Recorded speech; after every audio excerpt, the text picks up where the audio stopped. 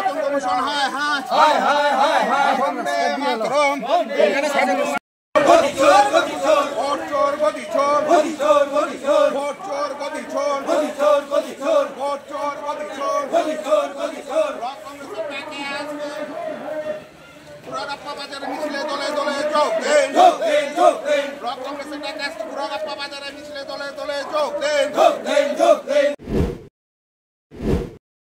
বলেছিল 6 মাস ইন্টারলোকেটর দেওয়া হবে, অধিক ক্ষমতা আনবে। আজকে বাস্তব চিত্রটা আপনাদের সামনে।